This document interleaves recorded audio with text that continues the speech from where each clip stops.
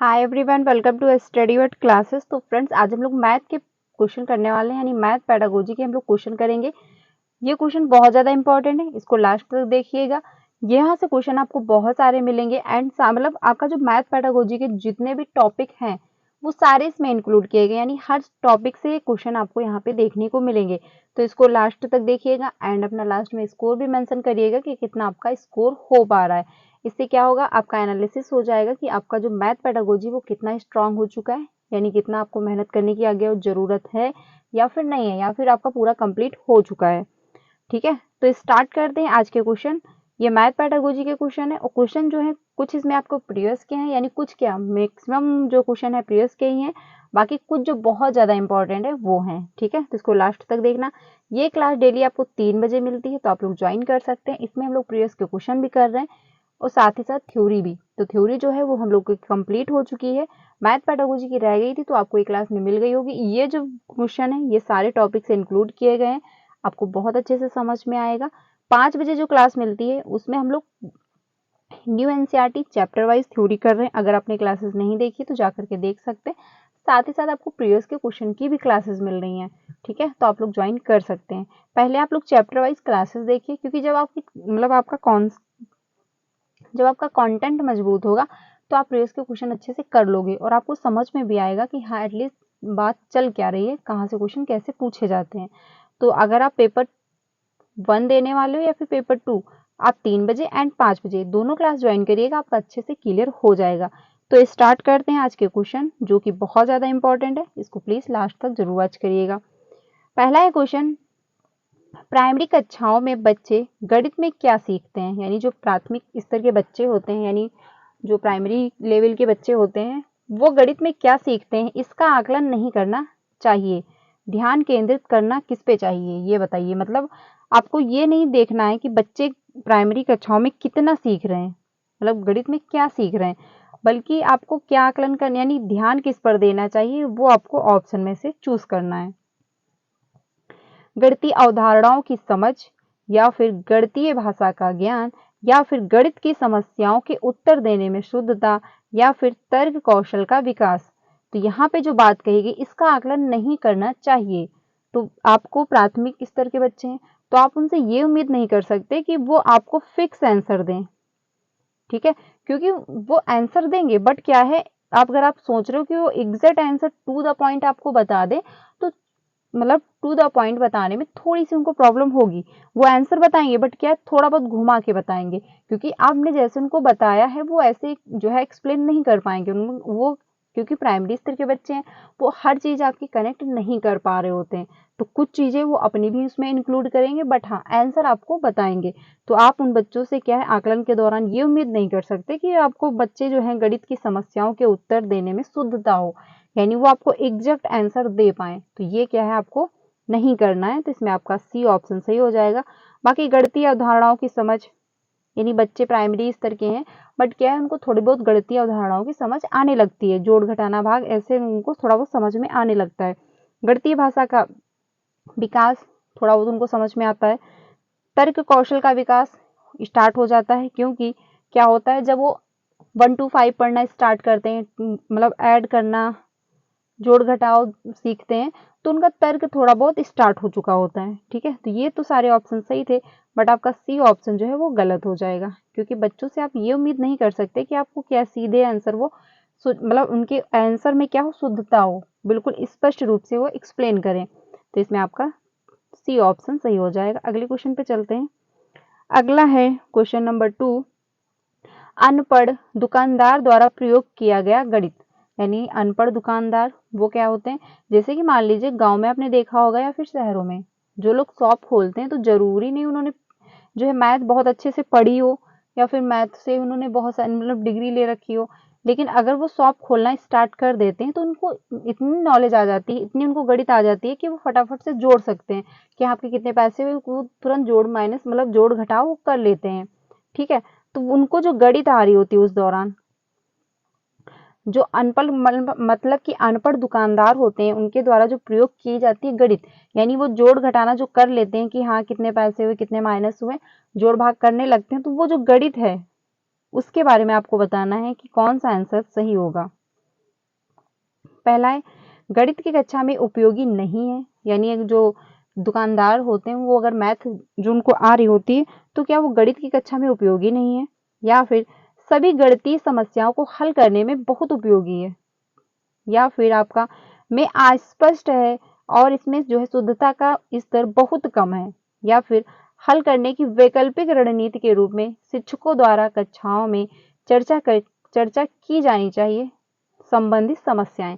तो बिल्कुल सही है, आपका डी ऑप्शन सही होगा, क्योंकि इससे संबंधित यानी वैकल्पिक रणनीति के रूप में क्या है, यानी कि वैकल्पिक रूप में आप क्या एग्जाम्पल देंगे बच्चों को, और साथ ही साथ कक्षा में क्या है उससे संबंधित चर्चाएं कराएंगे और साथ ही साथ प्रॉब्लम भी सॉल्व होगी। तो इसमें आपका जो है डी ऑप्शन सही हो जाएगा, क्योंकि जो गणित है उस दौरान मान लीजिए जिस घर में दुकान है बचपन से, तो बच्चा जो अगर शॉप पे बचपन से बैठना स्टार्ट कर चुका है तो उसकी गणित अच्छी होगी, यानी जोड़ घटाना उसको बहुत अच्छे से आ रहा होगा जो बच्चा स्कूल जा रहा होगा उसकी अपेक्षा, क्योंकि क्या है वो दिन भर वही काम कर रहा है, तो जो गणित का प्रयोग कर पा रहा है तो उसकी जो तर्क शक्ति है यानी लॉजिकल जो थिंकिंग है उसकी अच्छी होगी, डेवलप होगी। तो इसमें आपका डी ऑप्शन जो है वो सही हो जाएगा, बल्कि ये नहीं कि मैं अस्पष्ट है इसमें शुद्धता का स्तर बहुत कम है, ये आपका कहना गलत हो जाएगा। इसमें आपके ए बी सी गलत है, बट आपका डी ऑप्शन जो है वो सही है। अगले क्वेश्चन पे चलते हैं। अगला है गणित में सीखने के परिणाम विकसित होते हैं। तो पहला है इस तरह की बच्चों को गणना के लिए छोटे कदम बताए जा सके, या फिर विभिन्न शैक्षिक सर्वेक्षणों में बच्चों की उपलब्धि में वृद्धि करना, या फिर बच्चों द्वारा हासिल की जाने वाली कक्षावार दक्षताओं और कौशलों को परिभाषित करना, या फिर बच्चों को साल के अंत में होने वाली परीक्षाओं के लिए तैयार करना। तो अगर आप बच्चों को मतलब इसलिए पढ़ा रहे हो कि वो साल के लास्ट में जो एग्जाम होते हैं उसके लिए तैयार कर रहे हो, तो ऐसा बिल्कुल भी सही नहीं है। इसमें आपका जो है सी ऑप्शन सही होगा, यानी बच्चों द्वारा हासिल की जाने वाली कक्षावार दक्षताओं, यानी कक्षा के दौरान जो मतलब जिस फील्ड में यानी जिस विषय में वो दक्ष होते हैं, यानी उनको अच्छे से उस बारे में नॉलेज होता है, और कौशलों को जो है परिभाषित करना। तो इसमें आपका सी ऑप्शन सही हो जाएगा, यानी कि गणित में सीखने के परिणाम जो विकसित होते हैं वो आपका इसमें सी ऑप्शन सही होगा। आगे चलते हैं अगले क्वेश्चन पे। अगला है 4, कक्षा में होने वाली निम्नलिखित में से कौन सी एक गतिविधि है।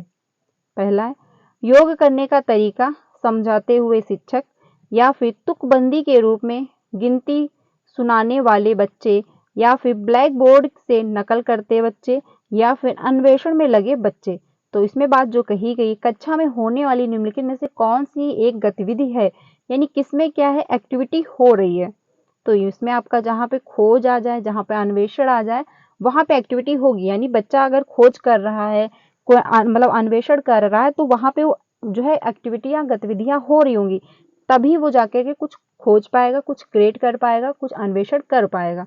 तो इसमें आपका जो है डी ऑप्शन सही हो जाएगा। बाकी योग करने का तरीका समझाते हुए शिक्षक, तो इसमें कोई एक्टिविटी नहीं हो रही है, मतलब टीचर जो है वो जोड़ सिखा रहा है। तुकबंदी के रूप में गिनती सुनाने वाले बच्चे, तो इसमें भी कोई एक्टिविटी नहीं। ब्लैक बोर्ड से नकल, तो निष्क्रिय रूप से बच्चे जो है क्या कॉपी कर रहे हैं। लेकिन जहाँ पे डी ऑप्शन है अन्वेषण में लगे बच्चे, यानी कि सब बच्चे क्या कर रहे हैं, कुछ क्रिएट कर रहे हैं, कुछ खोज रहे हैं, कुछ नया करने की कोशिश कर रहे हैं, तो यहाँ पे गतिविधियां हो रही हैं। तो इसमें आपका डी ऑप्शन सही हो जाएगा।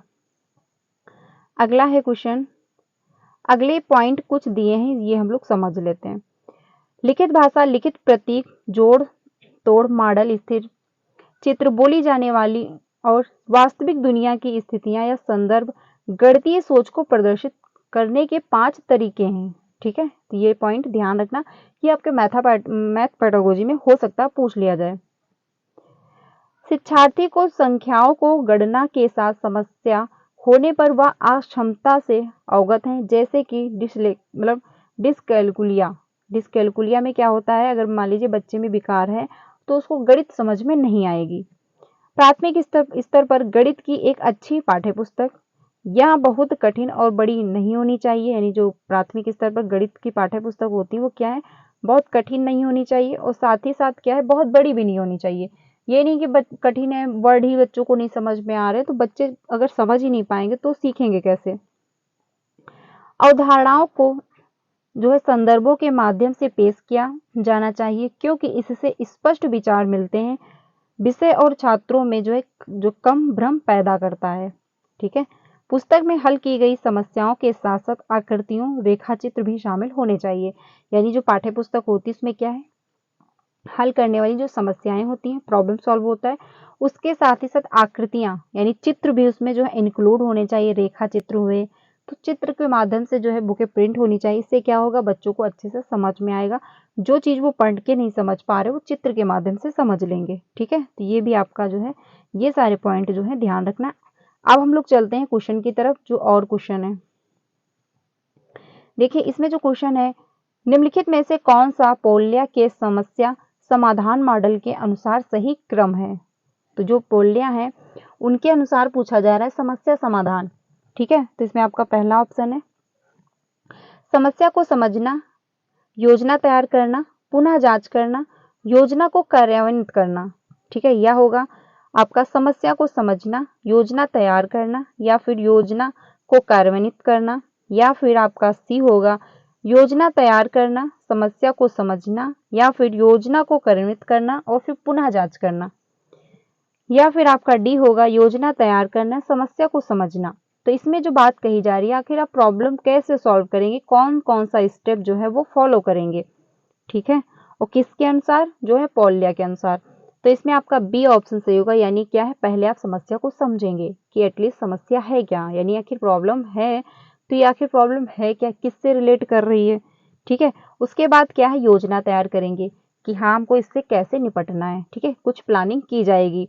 उसके बाद क्या है, योजना को कार्यान्वित करेंगे, यानी जो आपने प्लान किया है कि हाँ हम ये प्रॉब्लम ऐसे सॉल्व कर लेंगे, तो उसको क्या है फिर आप लागू भी तो करोगे, फॉलो करोगे, तभी तो जाके प्रॉब्लम सॉल्व हो पाएगी। तो हमको क्या करना है, समस्या समाधान के कौन कौन से स्तर हैं, 3 स्तर हैं, ये ध्यान रखना। पहले क्या है, एटलीस्ट समस्या क्या है, समस्या को समझना, फिर आप योजना बनाएंगे, फिर योजना को जो है कार्यान्वित करेंगे, यानी कि योजना जो है उसको लागू करेंगे। तो इसमें आपका बी ऑप्शन जो है वो सही हो जाएगा। क्वेश्चन बहुत ज़्यादा इंपॉर्टेंट है, तो ध्यान रखिएगा, क्योंकि क्या है इसमें कंफ्यूजन क्रिएट होती है कि पहले हम समस्या को समझ रहे हैं, या फिर उसके बाद योजना तैयार कर रहे हैं, फिर पुनः जांच कर रहे हैं, या फिर जो है योजना को कार्यान्वित कर रहे हैं। तो इसमें कंफ्यूजन होती है, इस वजह से आंसर ध्यान रखना एंड क्वेश्चन भी ध्यान रखिएगा। बी ऑप्शन आपका सही हो जाएगा। अगला है 2 क्वेश्चन, निम्नलिखित में से कौन सा गणित में अवधारणाओं की प्राकृत के संदर्भ में सत्य नहीं है। तो इसमें आपका पहला है अमूर्त प्राकृत, श्रेणीबद्ध प्राकृत, तर्क संगत प्राकृत, या फिर मूर्त प्राकृत। तो इसमें बात जो कही गई, अवधारणाओं की प्राकृत के संदर्भ में सत्य नहीं है, तो आपका जो है डी ऑप्शन सही हो जाएगा, यानी कि जो मूर्त प्राकृत है वो सत्य नहीं है। ठीक है, बाकी अमूर्त हुआ, श्रेणीबद्ध हुआ, तर्क संगत हुआ, तो ये आपके अवधारणात्मक, यानी अगर आप विचार कर रहे हो, ठीक है, अगर आप मतलब आपके दिमाग में कोई कॉन्सेप्ट आ रहे हैं तो कैसे आएंगे, यानी जो मैथ होती है, मैथ की जो अवधारणा, यानी मैथ की जो है प्राकृत कैसी है, एटलीस्ट मैथ में क्या क्या होता है। तो मैथ जो होती है अमूर्त होती है, आप विचार करते हो, कल्पना करते हो, एब्स्ट्रैक्ट होता है, ये तो नहीं आप मतलब हर चीज देख देख के सीख रहे हो, ऐसा तो नहीं, प्लान करना पड़ता है, समझना होता है कि हाँ ये हम जो कुछ मैं मतलब ये जो सवाल है इसको हम कैसे सॉल्व करेंगे, दिमाग चलता है, लॉजिक आता है। ठीक है, साथ ही साथ अब्स्ट्रैक्ट थिंकिंग भी जो है डेवलप हो रही होती है, तो ये अमूर्त प्रकृति होती है। श्रेणीबद्ध यानी कि हर स्टेप होता है, अगर आप मैथ के जो क्वेश्चन है वो सॉल्व कर रहे हो तो हर एक स्टेप होता है, स्टेप वाइज जो है वो सॉल्व करते जाते हो। ये तो नहीं कि आपने पहला स्टेप फार्मूला लगाया फिर सीधे आप आंसर पे आ गए, ऐसा तो पॉसिबल नहीं हो पाता है। तो क्या है, श्रेणीबद्ध भी होता है, साथ ही साथ तर्क संगत भी होती है, यानी लॉजिकल जो है इसमें लॉजिक भी आता है, यानी जो लॉजिकल इन नेचर, यानी इसका जो है लॉजिक तर्क भी होता है, यानी आप में तर्क वितर्क करने की जो क्षमता है वो डेवलप होगी। बट इसमें जो पूछा था सत्य नहीं है, तो इसमें मूर्त, यानी आप हर चीज मैथ में मूर्त नहीं होती है, कुछ चीजें हैं जो आपको मूर्त समझ में आएंगी, क्योंकि स्टार्टिंग में क्या होता है, छोटे बच्चों में जो बुकें प्रिंट होती हैं उसमें चित्र के माध्यम से दिखाया जाता है कि एटलीस्ट मान लीजिए 3 बॉल बना दी गई, फिर उसके सामने जो है लिख दिया जाएगा 3, तो बच्चों को समझ में आ रहा है। अगर वो नहीं 3 समझ पा रहे तो वो बॉल को देख रहे हैं, 1 है, 2 है, 3 है, तो वो समझ जाएंगे कि 3 है। ठीक है, तो ऐसे जो है बुकें प्रिंट होती हैं। लेकिन जो आपका है इसमें बात कही गई थी गणित की जो है अवधारणा कैसी है, यानी गणित की प्राकृत कैसी है। तो इसमें आपका एब्स्ट्रैक्ट थिंकिंग लगती है, यानी आप क्या कल्पनाएं करते हैं, साथ ही साथ जो है स्टेप वाइज जो है सॉल्व भी होती है, और आपका लॉजिक यानी तर्क संगत भी आप में होती है। तो इसमें आपका डी ऑप्शन जो है वो सही हो जाएगा। अगला है, संख्याओं का स्थानीय मान पढ़ाने के बाद शिक्षक ने निम्न प्रश्न हल करने के लिए दिया। यानी संख्याओं का स्थानीय मान पढ़ाया गया, उसके बाद क्या हुआ, शिक्षक ने हर प्रश्न को हल करने के लिए दिया। मान लीजिए आप 2 अंक 3 और 5 लेते हैं, ठीक है। इन दोनों अंकों का उपयोग समान बार करते हुए 4 अंकों वाली संख्याएं बनाइए कि आपका उत्तर अनन्य है। यानी कि 3 और 5 आपने ले लिए, फिर क्या किया गया, इन दोनों अंकों का उपयोग करके करना है, मतलब उपयोग करते हुए 4 अंकों वाली जो है संख्या बनानी। मान लीजिए अगर अब 3 है, फिर आपने 5 कर दिया, फिर आपने 3 कर दिया, फिर आपने 5 किया, तो ये बन गई। फिर आप क्या कर रहे हो, 3 है, 3 है, 5 है, 5 है, फिर आपने क्या किया, 5 है, 3 है, 5 है, 3 है, फिर आपने क्या किया, 5 है, 5 है, 3 है, 3 है। तो ये 4 संख्याएं बन गई, और चारों क्या है, अलग अलग हैं। यानी कोई भी संख्या देख सकते हैं आप, कोई भी संख्या सेम नहीं मैच कर रही है, ठीक है, डिफरेंस है। तो इसी तरह से क्या है, बच्चों को कहा गया है कि ऐसे आप बनाइए। तो क्या आपका जो उत्तर है वो अनन्य है, यानी कि जो उत्तर दिए गए इसमें 4 प्रकार के आपको मिल रहे हैं आंसर, ठीक है।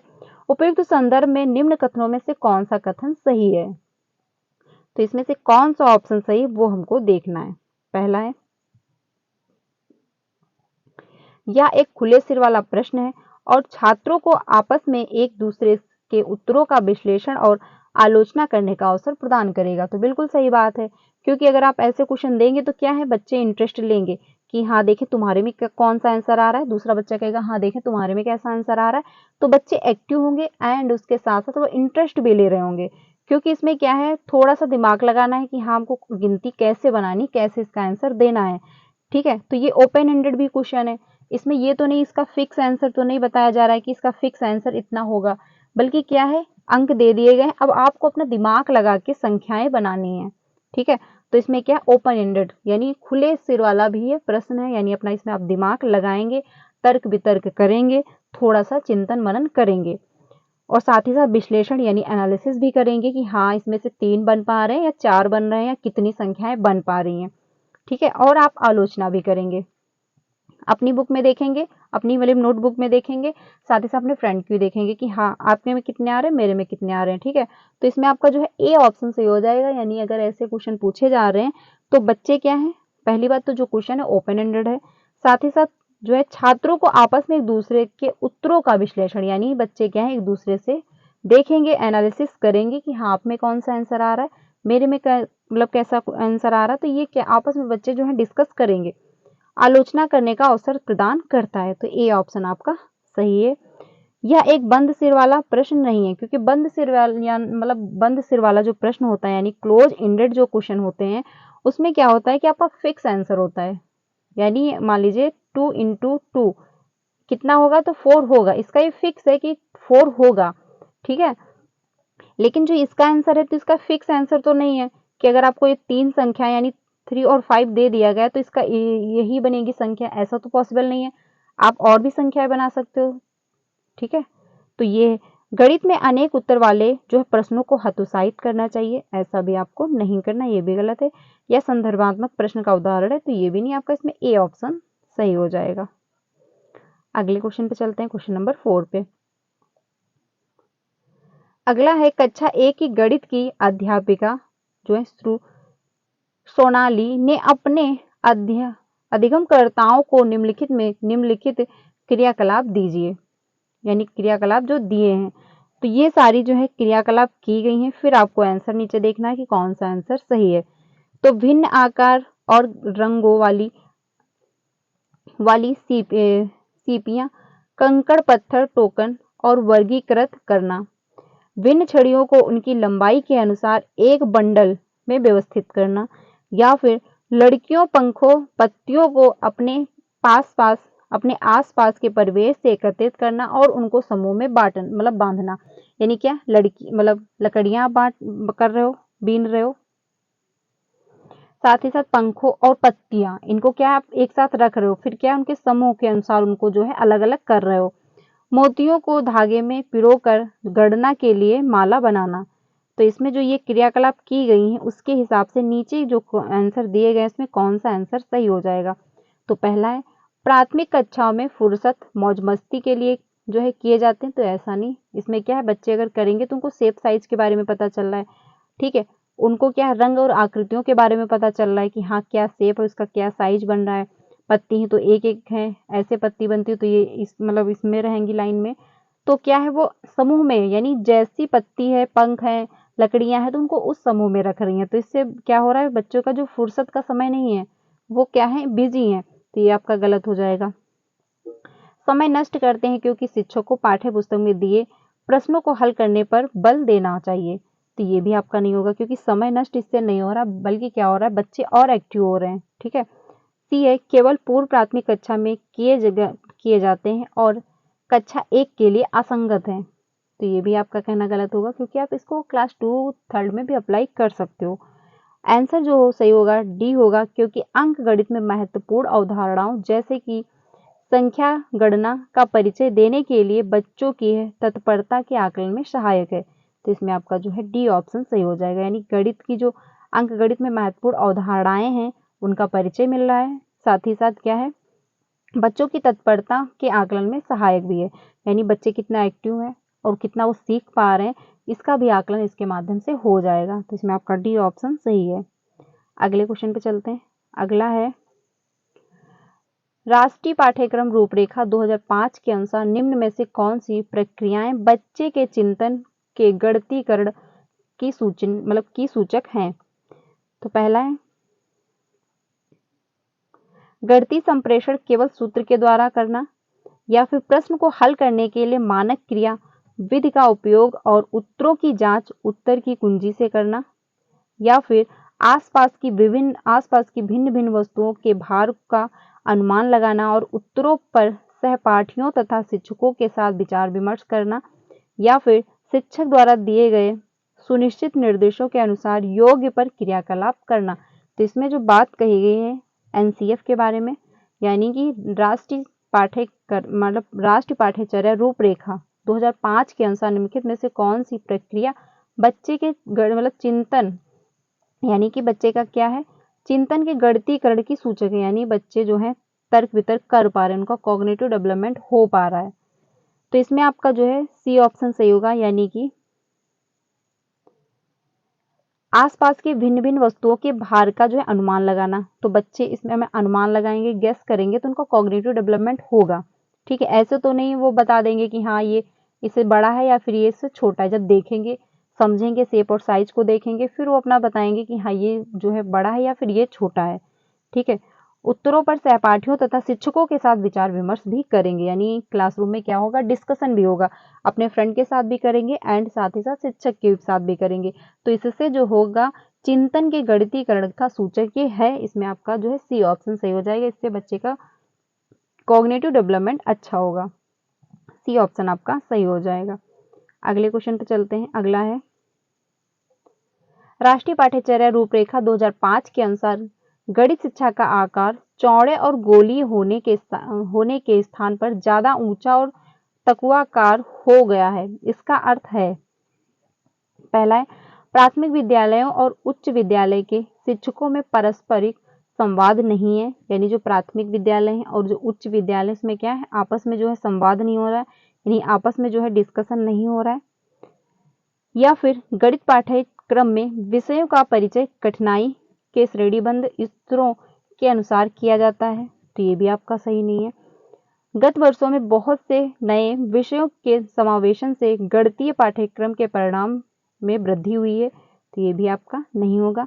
ऑप्शन जो है वो डी सही होगा, यानी कि पाठ्यचर्या के गतिमान होने के कारण कुछ आधारभूत विषयों की जो है काट छाट की गई है जिससे कि नए विषयों का समावेशन किया जा सके, यानी जो एनसीएफ है उसमें क्या हुआ जो पाठ्यक्रम है उसमें थोड़ा बहुत चेंजमेंट लाया गया है, ठीक है, करिकुलम जो है उसमें थोड़ा बहुत चेंजमेंट किया गया है और साथ ही साथ नए जो टॉपिक हैं वो उसमें इंक्लूड किए गए हैं जो कि उच्च गणित के अध्ययन के लिए महत्वपूर्ण हैं, तो इसमें आपका डी ऑप्शन जो है वो सही हो जाएगा।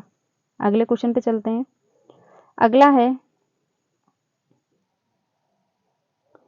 गणित के अध्ययन में सामान्य अवध जो है अवधारणात्मक मानचित्रों का उपयोग किया जाता है। अवधारणा मानचित्रों के बारे में दिए गए कथनों में से कौन सा कथन सही है, यानी कॉन्सेप्ट जो मैप है उसके बारे में पूछ रहा है कि कौन सा जो है स्टेटमेंट सही है। तो पहला है, यह एक जटिल जाल तंत्र है जो कि एक अवधारणा की सभी उप अवधारणाओं के बीच के संबंध को चित्रित करता है।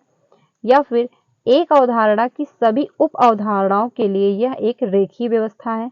या फिर इनका उपयोग दैनिक उपकरणों के रूप में छात्रों को अधिगम में आने वाली कठिनाइयों को पहचानने के लिए किया जाता है।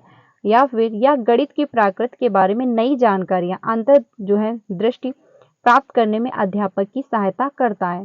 तो इसमें जो बात कही जा रही है कॉन्सेप्ट मैप के बारे में, यानी कॉन्सेप्ट मैप के बारे में कौन सा इसमें ऑप्शन जो है वो सही है। तो अब हम लोग ऑप्शन चेक कर लेते हैं। इसमें जो आपका ऑप्शन है डी सही है, यानी कि ए, सी और डी। ठीक है, यानी आपका ए ऑप्शन सही है। ए ऑप्शन जो है इसमें बात कही गई या एक जटिल जाल तंत्र है, ठीक है, जो कि एक अवधारणा की सभी उप अवधारणाओं के बीच के संबंध को चित्रित करता है। यानी जो कॉन्सेप्ट मैप होता है, मैप के द्वारा आपको पता चल जाता है कि जो अवधारणाएं हैं और साथ ही साथ जो उप अवधारणाएं हैं उनके बीच क्या संबंध है। ठीक है, और जो सी ऑप्शन था इसमें बात कही गई थी, इनका उपयोग नैदानिक उपकरणों के रूप में छात्रों को अधिगम में आने वाली कठिनाई उसका पहचान इसी के माध्यम से हो जाता है, जो कॉन्सेप्ट मैपिंग है। तो ये भी आपका ऑप्शन सही था। डी भी ऑप्शन आपका सही था, क्योंकि अंतर्दृष्टि प्राप्त करने में अध्यापक की सहायता जो है करता है। तो ये भी आपका जो है डी ऑप्शन भी सही था, यानी कि इसमें आपका जो है ए, सी और डी, यानी कि डी ऑप्शन आपका सही हो जाएगा। यानी कॉन्सेप्ट मैप के बारे में ए, सी और डी ऑप्शन आपके सही हैं। अगले क्वेश्चन पे चलते हैं। अगला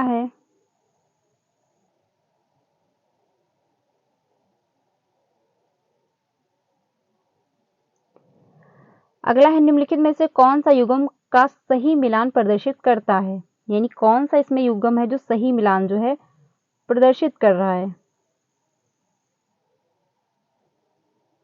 पहला है रचनात्मक आकलन। तो रचनात्मक आकलन जो है इसमें आपका ऑप्शन सही हो जाएगा, यानी कि ज्ञात करता है कि एक समयावधि में बच्चे की भिन्न विषयों और व्यक्तित्व के अन्य आयाम में क्या समझ बनी है, क्या बदलाव आया और क्या जो प्रगति हुई है। तो ये इसमें क्या अपना रचनात्मक आकलन आपका हो जाएगा, क्योंकि इससे क्या पता चल रहा है कि बच्चे की कितनी प्रगति हो पाई, यानी बच्चे का जो डेवलपमेंट है वो कितना हो पाया और कितने टाइम में हो पाया है। ठीक है, तो ये सब क्या है रचनात्मक आकलन आप जब करेंगे, क्रिएट करेंगे कुछ, तभी जाके पता चल पाएगा। और साथ ही साथ क्या बदलाव हुए हैं और इसकी प्रगति कहाँ तक हुई है, यानी कितना जो है डेवलपमेंट हो पाया है। तो इसमें आपका हो जाएगा फर्स्ट का 4। अगला है शिक्षक केंद्रित कक्षा। तो इसमें आपका जो है ये होगा, यानी कि फर्स्ट हो जाएगा बच्चे तथ्यों को स्मरण करते हैं और वे लिखित परीक्षा के द्वारा आके जाते हैं। तो शिक्षक ही आकेगा, सिंपल सी बात है। तो इसमें आपका फर्स्ट हो जाएगा। अगला है छात्र केंद्रित कक्षा। तो जो छात्र केंद्रित कक्षा है उसमें होगा बच्चे निजी, एकांकी और समूह दोनों तरह से काम करते हैं और इन क्रियाकलापों को करते हुए वे आके जाते हैं। तो ये क्या है छात्र के माध्यम से होता है, यानी एक्टिविटी हो रही है। मान लीजिए बच्चों से कह दिया गया कि आपस में जो है एक दूसरे की हेल्प करके एक दूसरे का जो एनालिसिस कर लीजिए क्रियाकलाप के माध्यम से। तो बच्चे क्या है आंक लेते हैं, मतलब क्रियाकलापों को करते हुए वे आके जाते हैं।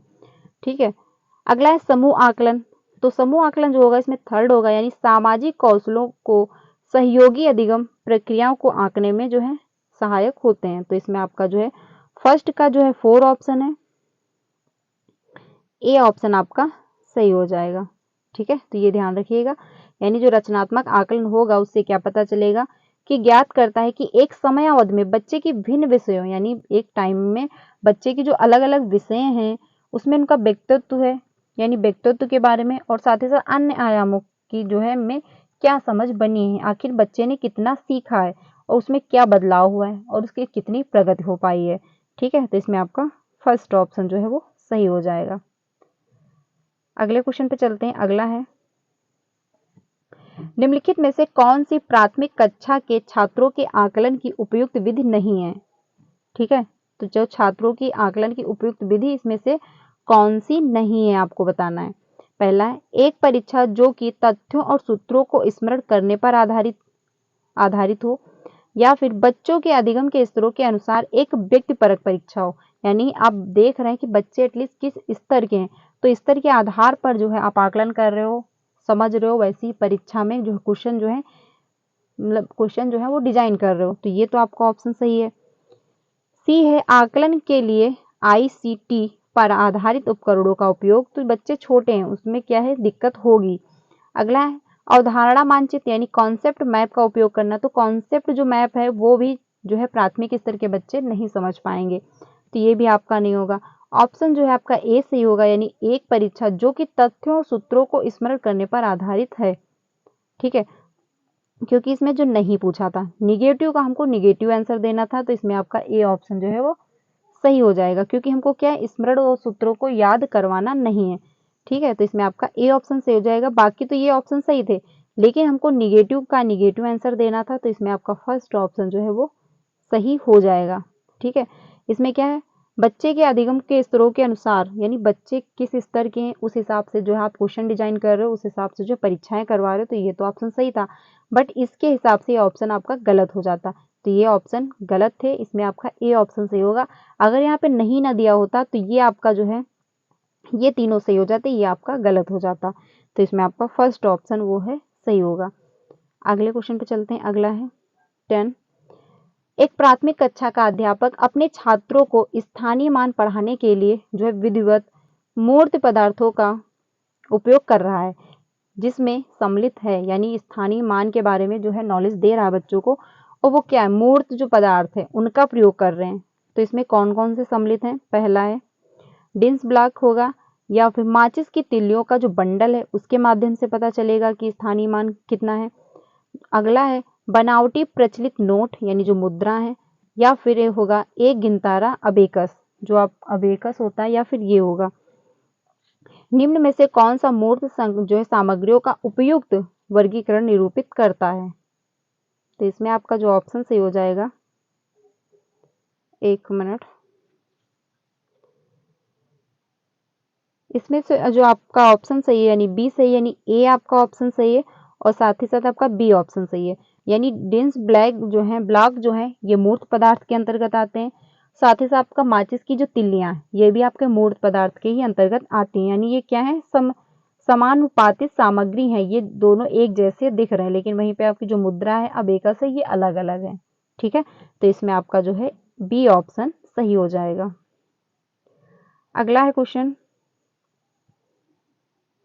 बच्चों का गणितीय अवधारणा का पूर्व ज्ञान आकलन के लिए महत्वपूर्ण है, क्योंकि यह गणितीय तथ्यों को स्मरण करने में सहायता करता है, या फिर गणित अन्य विषयों के साथ एकीकृत है, या फिर या योगात्मक आकलन में सहायक होता है, या फिर गणितीय अवधारणाओं की प्राकृत श्रेणीबद्ध है। तो इसमें जो बात कही गई है कि पूर्व ज्ञान जो है आकलन के लिए महत्वपूर्ण है, यानी बच्चे का प्रीवियस नॉलेज कितना है, उसको कितना पहले से पता है, उसका आपको आकलन करना है। तो इसमें आपका जो है डी ऑप्शन सही होगा, यानी गणितीय अवधारणाओं की प्राकृत जो है श्रेणीबद्ध है। ठीक है, तो इससे आपको क्या है आकलन के लिए सबसे महत्वपूर्ण है, क्योंकि जो गणितीय अवधारणाओं की प्राकृत है वो श्रेणीबद्ध है, यानी जो हर एक चीज स्टेप वाइज होती है, ये तो नहीं इसमें कुछ आगे पीछे होता है। यानी अगर आपको जो है क्वेश्चन सॉल्व करने तो आप स्टेप हर एक स्टेप से ही सॉल्व करोगे।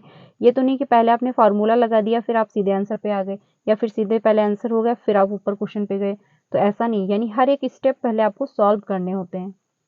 तो इसमें आपका डी ऑप्शन जो है वो सही हो जाएगा। तो फ्रेंड्स आज के लिए इतना ही रखते हैं, कल हम लोग यहाँ से फिर से कंटिन्यू करेंगे, क्योंकि आज की क्लास जो थोड़ा सा छोटी है, कल हम लोग यहाँ से देखेंगे, यानी क्वेश्चन नंबर 12 से स्टार्ट करेंगे। कल आपको ये क्लास जो है 3 बजे मिलेगी, तो आप लोग ज्वाइन करिएगा। आज के लिए इतना ही रखते हैं। ये जो क्वेश्चन है आपके प्रीवियस के क्वेश्चन है, तो ये डाउट मत रखिएगा कि ये क्वेश्चन कहीं से भी मैं आप लोगों के साथ डिस्कस कर रही हूँ। क्वेश्चन बहुत ज़्यादा इंपॉर्टेंट है, आपके एग्जाम में पूछे जाते हैं, यहाँ से क्वेश्चन आए हैं हर बार। ठीक है, तो इसको लास्ट तक देख ही लिया होगा आई होप आप लोगों ने। कमेंट में अपना स्कोर बताइएगा कि कितना आपका स्कोर हो पा रहा है, क्योंकि स्कोर बताने से ये होगा कि आपका एनालिसिस हो जाएगा कि कितनी आपकी तैयारी हो पाई है। कल हम लोग यहाँ से कंटिन्यू करेंगे, तो कल की क्लास ज्वाइन करिएगा 3 बजे एंड आप 5 बजे दोनों क्लास ज्वाइन करिए। आपका पेपर 1 हो या पेपर 2 दोनों क्वालिफाई हो जाएंगे, कोई प्रॉब्लम नहीं होगी। इनफैक्ट अच्छे नंबरों से आप लोग क्वालिफाई करेंगे। तो डेली क्लास ज्वाइन करते रहिए 5 बजे एंड 3 बजे। तो मिलते हैं नेक्स्ट वीडियो में, कल हम लोग यहीं से कंटिन्यू करेंगे। वीडियो अच्छी लगी हो तो लाइक करिएगा एंड अपने सारे फ्रेंड को शेयर करना जो भी सीटेट की प्रिपरेशन कर रहे हो। बीपीएससी की अगर आप प्रिपरेशन कर रहे हैं तो डेली 2 बजे जो क्लास मिलती है आप लोग ज्वाइन कर सकते हैं। उसमें हम लोग जीके जीएस कवर कर रहे हैं, चैप्टर वाइज क्लासेस भी चल रही हैं एंड साथ ही साथ प्रीवियस के क्वेश्चन भी चल रहे हैं। ठीक है, तो आज के लिए इतना ही, मिलते हैं नेक्स्ट वीडियो में। Thank you.